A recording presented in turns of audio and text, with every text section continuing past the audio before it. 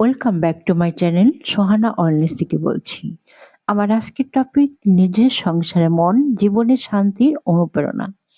জীবনে শান্তি চাইলে প্রথমেই প্রয়োজন নিজের ভেতর এবং নিজের ঘরকে সুন্দর করে রাখা।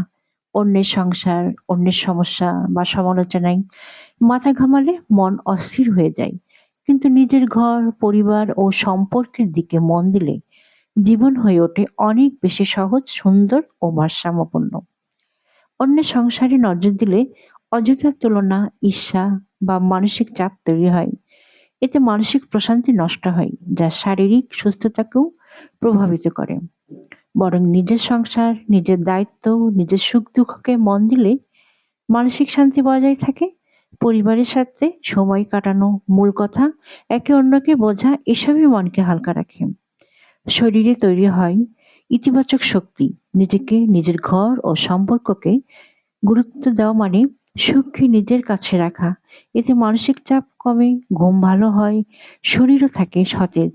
সুখ সবসময় বাইরের কোথাও লুকিয়ে থাকে না, থাকে আমাদের নিজের ঘরেই, যদি আমরা মনোযোগ দিতে জানি। অন্যের সংসার নয়, নিজের জীবনের মন, নিঃস্বার্থ মন, সুস্থ শরীর আর ভালোবাসায় ভরা পরিবার, এগুলোই প্রকৃত সুখের ভিত্তি। আপনার স্বাস্থ্য, মানসিক প্রশান্তি ও সুস্থ জীবনের পাশে রয়েছে Sohana always.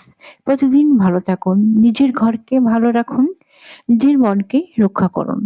Thanks for watching.